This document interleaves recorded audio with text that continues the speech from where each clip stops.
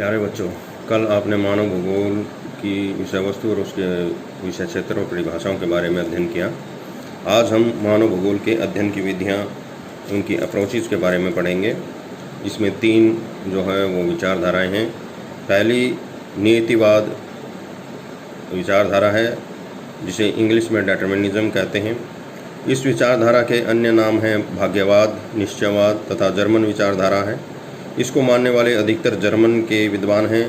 Humboldt, रीटर, Frederick रेडजल, यूनानी और Roman विद्वान हिप्पोक्रेटस, अरस्तु, हेरोडोटस, स्ट्रैबो और अरब विद्वान हैं अल-मसूदी, अल-इदरसी, इब्न खाल्दून। अमेरिकी विद्वान हैं हंटिंगटन, सैम्पल, W.M. डेविस इत्यादि। इस विचारधारा के अनुसार मानव अपने पर्यावरण का दास है, यानी प्रकृति जैसा कहती है वैसा ही मनुष्य को चलना पड़ता है, उसी के अनुसार अपना जीवन जीना पड़ता है और प्रकृति द्वारा ही मानव के जो क्रियाकलाप हैं वो निर्धारित होते हैं। पर्यावरण ही मनुष्य के समाज को एक स्वरूप प्रदान करता है। इस विचारधारा में मनुष्य जो है वो निष्क्रिय है और प्रकृति जो है वो सक्रिय है, एक्टिव है। उदाहरणतः कालाहारी के बुशमैन, कांगो के पिग्मी और अरब के बद्दुओं को प्रकृति के अनुसार अपना जीवन जो है वो जीना पड़ता है। आलोचना क्या है इसकी विचारधारा की? नीतिवाद की आलोचना दो आधारों पर की गई है। एक, 20वीं शताब्दी के मध्य में ही वैज्ञानिक शोधों से यह पता चल गया था कि एक जैसे भौतिक पर्यावरण में एक जैसी अनुक्रियाएं नहीं होती हैं। यदि एनवायरनमेंट सेम है तो उसमें सेम समाज उत्पन्न हो, ये जरूरी नहीं है। दूसरा, प्रौद्योगिकी के द्वारा मानव भौतिक पर्यावरण में बदलाव करने में सक्षम हो गया है। वो टेक्नोलॉजी का प्रयोग करके अपना जो भौतिक पर्यावरण है उसमें बदलाव कर लेता है। तो ये थी नीतिवाद विचारधारा। दूसरी विचारधारा जो है वो है संभववाद, जिसको इंग्लिश में पॉसिबिलिज्म कहते हैं। यह एक फ्रांसीसी विचारधारा है और इसको संभववाद भी कहते हैं। संभावनावाद शब्द का सबसे पहले प्रयोग जो है वो लुशियन फैब्रेवेन ने किया था, 1920 में किया। इन्होंने बताया कि भौतिक पर्यावरण मानव के सामने विकास के लिए संभावनाएं प्रस्तुत करता है और मानव बौद्धिक प्राणी होने के नाते इन संभावनाओं को पहचान कर अपना विकास कर सकता है।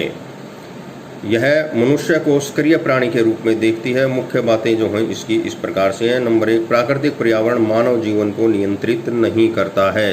इसको मानने वाले विद्वान जो है वो ये मानते हैं कि प्रकृति सर्वशक्तिशाली नहीं है, मनुष्य चाहे तो उसको बदल सकता है। जैसे मनुष्य ने सर्दी, गर्मी और बरसात से बचने के लिए जो है मकान का निर्माण किया है, AC बनाया है, फ्रीज बनाया है, कूलर बनाया है, पंखा बनाया है। ये सब प्रकृति के प्रभाव से बचने के उपाय मनुष्य ने ढूंढ लिए हैं। दूसरा, पर्यावरण मनुष्य के सामने संभावनाएं प्रस्तुत करता है। और तीसरा, प्राकृतिक पर्यावरण इसमें निष्क्रिय है, मनुष्य जो है वो सक्रिय है। जबकि पहली जो विचारधारा थी उसमें मनुष्य को निष्क्रिय माना गया और प्रकृति को सक्रिय माना गया था। उदाहरण के रूप में वर्षा की कमी को सिंचाई से पूरा किया जा सकता है। पर्वतों पर सीढ़ीदार खेत बनाकर खेती की जा सकती है। घरों का निर्माण जो है पर्यावरण के प्रभाव से बचने के लिए मनुष्य करता है।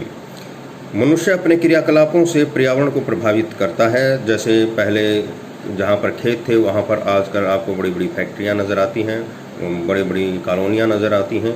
वो सभी जो है प्राकृतिक पर्यावरण था उसको उसमें बदल दिया।